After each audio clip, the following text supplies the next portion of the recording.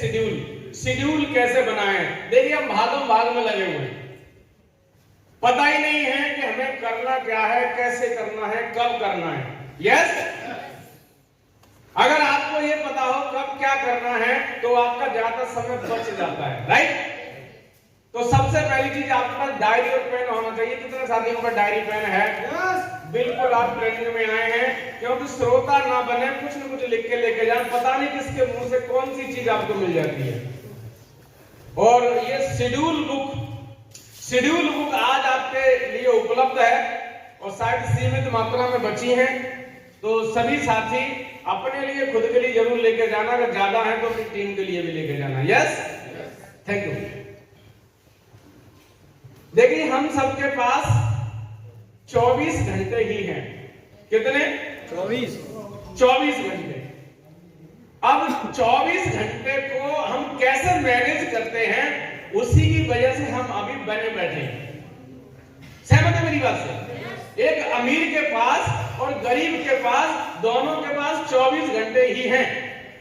एक व्यक्ति आरसीएम में, जैसे अभी प्रेमनाथ जी ने बोला कि 10 साल से भी उसी लेवल पे है, और एक व्यक्ति 10 साल में स्टार भी बन गया। हेलो, बात समझ में आ रही है? और एक व्यक्ति अभी beginner, starter, opener, eagle, runner, winner वहां युद्ध कर रहा है। वजह क्या है? शायद उसके शेड्यूल का सही मैनेजमेंट नहीं है। यस, सहमत है मेरी बात से आप?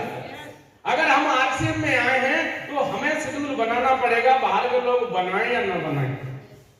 क्लियर हो गया? ओके, तो आगे की लाइन में चलता हूं मैं।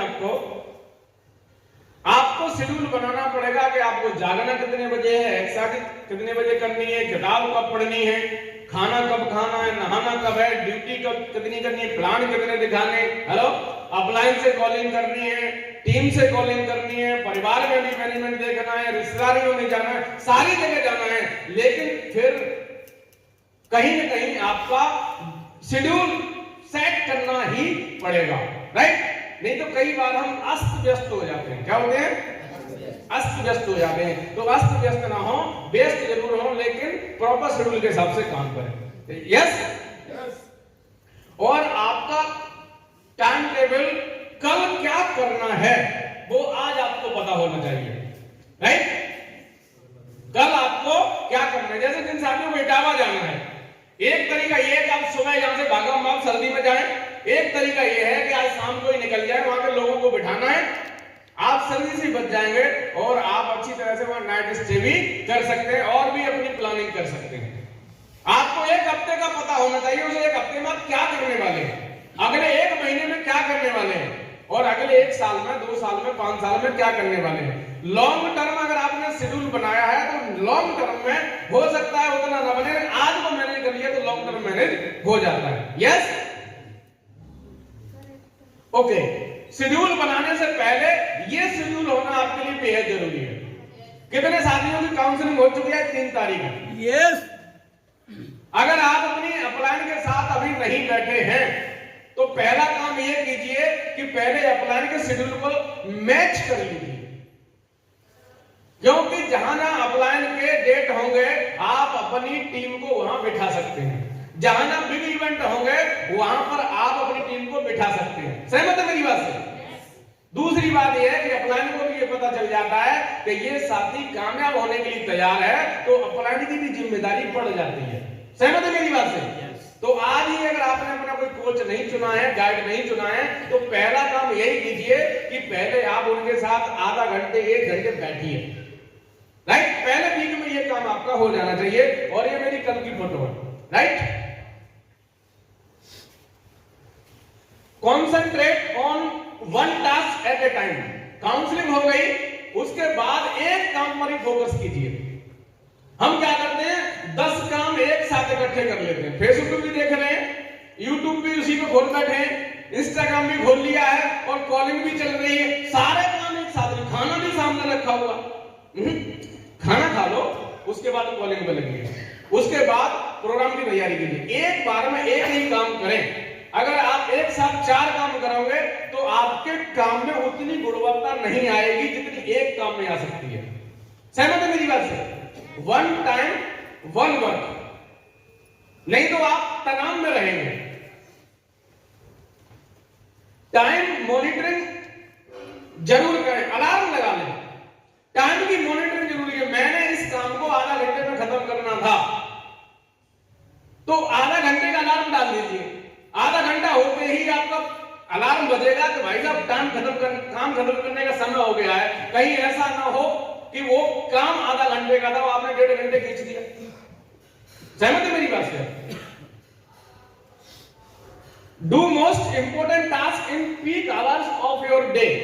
चेक कीजिए कि आप कौन से ऐसा समय है जिस समय सबसे ज्यादा ऊर्जावान रहते हैं। कोई ना कोई 24 घंटे में ऐसा समय होगा, वो समय आप चुनिए और उस समय पर अपना सबसे महत्वपूर्ण काम कीजिए। कई बार क्या होता है, जिस समय आप थके होते हैं उस समय कोई ज्यादा बड़ी जिम्मेदारी का काम ले लेंगे तो आप उसको पूरा नहीं कर पाएंगे। सबसे ज्यादा एक्साइटेड रहते हैं उसी समय उस काम को हाथ लगाइए। Start meeting program task with end time. कोई भी प्रोग्राम, कोई भी मीटिंग शुरू करते हैं, उसका शुरू का समय होना चाहिए और उसका एंड समय भी होना चाहिए। आज की मीटिंग 10:30 पे आपकी एंट्री थी और हमारा इसको क्लोज करने का समय 3 बजे। अगर यही प्रोग्राम 6 बजे तक चल जाए तो क्या ऊर्जा आएगी? नहीं आएगी। मैंने देखा है कई सारे साथी क्या करते हैं, मीटिंग शुरू करते हैं, सामने वाले को तब तक पकाते हैं जब तक वो आपसे छुटकारा ना पाना शुरू कर दे। ऐसा होता है कई बार। मीटिंग जैसे शुरू की, पूरा ज्ञान वहीं उड़ेला जाएगा। माय फ्रेंड्स, मैं आपको एक बात कहना चाहता हूं कि ज्ञान उड़ेलने के लिए ट्रेनिंग बनाई गई है। आप वहां से सिर्फ रेडी करके लाते हैं, लोहा गर्म करके। पूरा ज्ञान जितना किताबें पढ़िए, सीधी सुनिए, काउंसलिंग वही ना उड़ेलें, उनको यहां तक लाएं और शॉर्ट इंफॉर्मेशन दें और यहां तक लाएं। क्लियर हो गया? Okay. Work in high performance intervals. अगर आपकी मीटिंग लंबी होती है तो छोटे छोटे से गैप लें। 5 मिनट का हो सकता है, पानी पीना है, वॉशरूम जाना है, हो सकता है चाय पीनी है, क्योंकि बॉडी को भी एनर्जी जरूरी है। बॉडी मशीन नहीं है। आपने ट्रेनिंग प्रोग्राम में देखा होगा, बीच बीच में हमारे गुरुदेव हमें बोलते हैं कि आपका 10 मिनट का गैप है, क्योंकि वो पूरे वनडे वर्कशॉप है, 2 डे वर्कशॉप है, ऐसा होता है नहीं होता, तो उसमें बीच बीच में इंटरवल भी जरूरी है। आज के प्रोग्राम के लिए जरूरी नहीं, क्योंकि मीटिंग 2-3 घंटे की है और बीच में जो कुछ साथी यहां भी 2-3 घंटे नहीं बैठ पाते हैं, कभी इधर उठ के जा रहे होते, उठ के, ये शेड्यूल नहीं है, ये डिसिप्लिन नहीं है। Think 100 times before saying yes to anything that requires your time commitment। 100 बार सोच लें, अगर आप टीम के किसी साथी को टाइम दे रहे हैं, उसको यस बोल रहे हैं, क्योंकि अगर आपने उसको यस नहीं किया, आपने उसको समय नहीं दिया, तो वो फिर आपकी उतनी वैल्यू नहीं करेगा। अगर आपने यस बोल दिया है तो उस समय आपको जाना है, नहीं तो आप नो कहने का पूरा अधिकार रखते हैं। लेकिन सौभाग्यशाली हैं वो लोग जो टीम उनसे टाइम मांग रही है। बहुत सारे लीडर ही ऐसे हैं कि उनकी टीम उनसे टाइम ही नहीं मांगती। वो अगर आपसे टाइम टीम मांग रही है तो आपको खुल के बोल देना चाहिए यस, क्योंकि उसी की वजह से आपको मोटे मोटे चेक आ रहे हैं। बात समझ में आ रही है? मोटे मोटे चेक आने वाले। क्लियर हो गया पूरा क्वेश्चन? और उनको जरूर टाइम दें जिनकी पीलर ज्यादा चल रही है। भाई साहब मोटे चेक वहीं से आ रहे हैं, और जिनकी नहीं चल रही है उनकी चलो भाई। तैयार है? For tasks that take less than 10 minutes to complete them while creating your to-do list। अगर कोई काम 10 मिनट में खत्म हुआ जा सकता है तो उनको यह मत बोलो शेड्यूल में देख के बताऊंगा। हेलो, अगर मान लो कोई कंपनी को मेल करनी है या कोई लिस्ट भेजनी है तो आप तुरंत बोलिए अभी लो, ये लो, 2 मिनट में भेज दिया। बात समझ आ रही है? 10 मिनट के काम के लिए शेड्यूल को इतना ज्यादा भी अपने आप को चौड़ा मत कीजिए, क्योंकि वो काम 5 मिनट में क्लोज हो रहा था, 5 मिनट में कर दीजिए तुरंत ही, हेड टू हेड। और साहब कुछ काम ऐसे छांटने होंगे कि अर्जेंट है तो कीजिए, इंपॉर्टेंट है तो बाद में भी कर लेंगे। अर्जेंट इंपॉर्टेंट अलग कीजिए।